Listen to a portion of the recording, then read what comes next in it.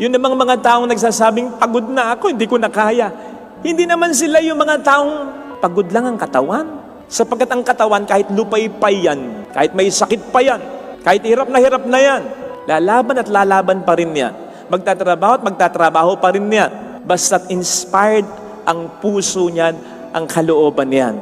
Kahit sino dito, mayroong pinagdaraanan. Yung iba sobrang mabibigat. Yung iba sobrang mabibigat na kung hindi lamang may takot sa Diyos, kung hindi lamang masamang magpakamatay, matagal nang kinitil ang kanilang sariling buhay.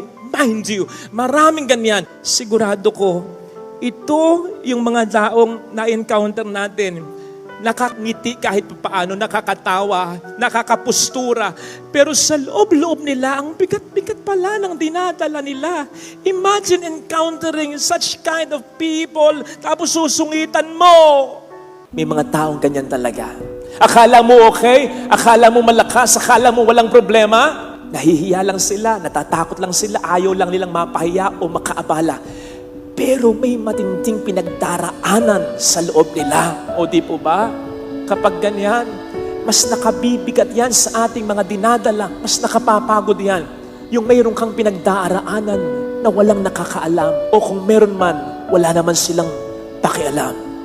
Kamakailan meron akong nabuntutang kotse dyan sa may prensa. Nung una, inis na inis ako. Kasi ang bagal. Siguro mga 30 lang ang takbo, nagmamadali ako, hindi naman ako maka-overtake. Ang daming mga nasa salubong na sasakyan. Bubusinahan ko na sana ng matinding yung parang nagmumurang busina. Nang bigla akong makita, parang may karatula dun sa may puwitan ng kotse niya. Ang nakalagay, exact words, sensya na, bagong driver lang, tanga pa. Kalagay. Totoo, yun ang nakalagay. Hindi na ako bumusina. Nag-adjust na ako kasi naintindihan ko na yung dahilan niya. I just wonder kung bawat isa sa atin, lalong-lalo na yung mga may pinagdaraanan, pwede bang o pwede kayang maglagay ng karatula sa katawan na nagsasabing, broken-hearted ako, niloko ako, tinraidor ako ng kaibigan ko, bankrupt ako, gipit na gipit ako, may malubhang sakit ako, problema ko ang anak ko, litong-lito na ako, pagod na ako. Siguro, even for quite some time, magbabago ang pakikitungo natin sa mga taong yan. Kabut-kabut, igagalang, bibigyan ng importansya ng halaga, bibigyan ng pasensya, ng pahinga. Sino ba naman ang maglalagay ng ganyang karatula? Sige nga, takot lang nila, hiya lang nila. Pero wag ka, may mga taong ganyan talaga. Akala mo okay? Akala mo malakas? Akala mo walang problema? Nahihiya lang sila, natatakot lang sila, ayaw lang nilang mapahiya o makaabala. Pero may matinding pinagdaraanan sa loob nila. Kaya kapag makausap mo ng heart to heart, nagsisimula pa lamang kayo umaatungal na. And so brothers and sisters, let us always be nice and kind to one another. Sapagkat hindi mo alam ang pinagdaraanan ng tao sa buhay. Hindi man tayo makabawas, huwag na tayo makadagdag pa sapagkat sa mga taong very down na, kaunting bagay na nega, ikatutumba, ikakawalang pag-asa nila. Maawa ka, kailangan nila ng pahinga. Kaya nga, saktong-sakto ang ating mabuting balita para sa lahat. Lalong-lalo na para sa mga may matinding dinadala at pagod na. Ang sabi ng ating Panginoon, lumapit kayo sa akin, kayong lahat ng nabibigatan, at bibigyan ko kayo ng kapahingahan. Siya ang pinaka-nakakaalam at siya ang may pinaka-pakialam. Yun nga, sabi nga natin, yung mga buhok mo, bilang niyang lahat. The most insignificant part of our body, He knows my heart. Bilang na bilang niya, tigi-tigisa. Yun pa kayang nakapagpapalungkot sa'yo, iniiyakan mo, dumuturog sa puso mo, nakapagpapapagod sa iyo, of course He knows, and of course He cares. Kaya't yung imbitasyon niya, heed it, come to me.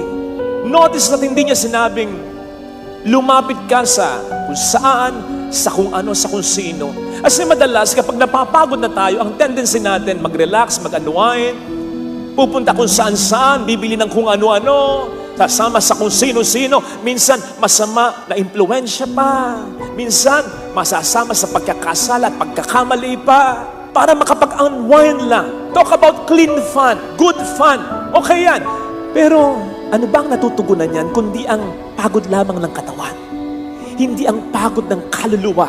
Ang sinasabi sa ating ikalawang pagbasa, hindi lang mang tayo katawan, tayo rin ay kaluluwa. At sa pagitan ng dalawa, mas dapat nating inaalagaan, pinapalakas, nire-recharge ang ating espiritu. Alalong pag sinasabi sa atin ni St. Paul sa ating ikalawang pagbasa, mamatay ang katawan, pero buhay ang espiritu. Mabubuhay pa rin tayo.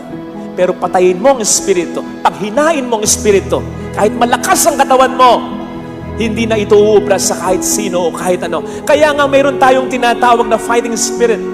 Lupay-pay na yung katawan, bali-bali na yung buto, nakasadsad na sa lupa, mahinang-mahina na, pero kung may fighting spirit yan, lalaban at lalaban pa rin yan. Ganon kahalaga ang espiritu, ang kaluluwa. Kaya nga ang sinasabi ng Panginoong kapahingahan mas mahalaga sa Ebanghelyo ay kapahingahan na dulot niya, kapahingahan para sa kaluluwa sapagkat ang ating katawan ay humuhugot ng lakas sa ating kaluluwa.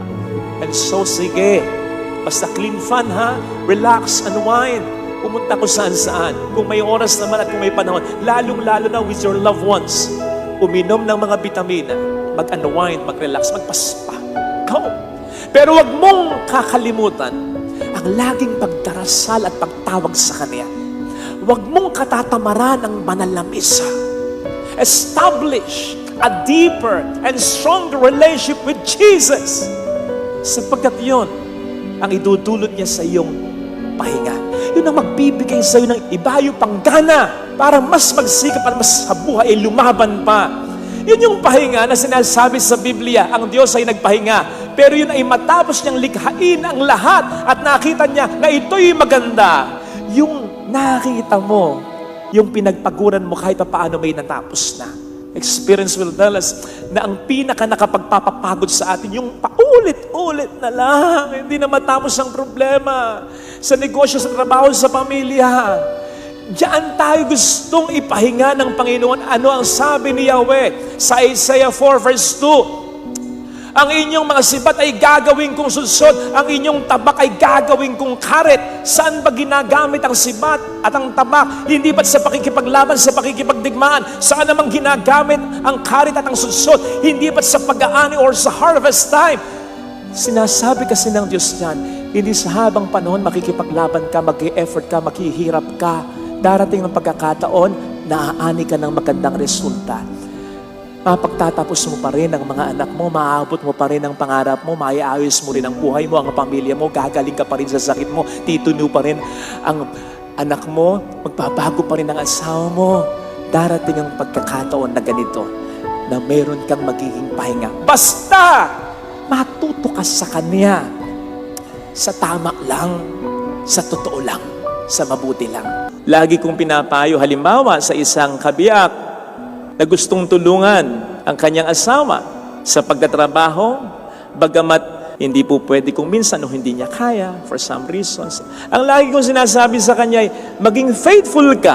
Iwas ka sa bisyo, iwas ka sa tukso, alagaan mo ang mga anak ninyo. Yun lang malaking tulong na sa mga anak. Yung magmahalan kayong magkakapatid, pagbutihin niyo ang pag-aaral ninyo. Iwas din kayo sa bisyo. Kung kayo maliliit pa, iligpit ang pinaghigan, pinagkainan. Huwag magdadabog kapag inuutusan. Huwag sasagot kapag pinagsasabi. Yun lang, pakalaking tulong na. Sa mga may karamdamang inaalagaan, yun lang, maging positibo lagi ang outlook ninyo. Yung inumin ninyo ang gamot ninyo sa oras. Iwasan ninyo yung mga pagkaing bawal sa inyo at iwasang magreklamo ng magreklamo. Yun lang, napakalaking tulong na. Yun lang, kamustahin mo yung nanay mo, yung asawa mo, yung tatay mo, yung anak mo, yung kapatid mo, na kailaki ng suporta sa pamilya ninyo. Okay ka pa ba? Baka may problema ka. Kaya pa ba? Baka gipit ka, huwag ka nang magbigay ngayon. May naipon naman ako kahit pa paano. Bilhin mo naman yung gusto mo, huwag lamang puro kami. Isipin mo rin ang sarili mo, mag-relax ka. Kahit pabalat bunga lang, malaking bagay yun. Na binibigyan mo ng pataan yung nagsasakripisyo para sa inyong pamilya na pwede kang hindi magbigay ngayon. Pwede mong bilhin ang para sa'yo. Pwede mo ring isipin ang sarili mo na alam mo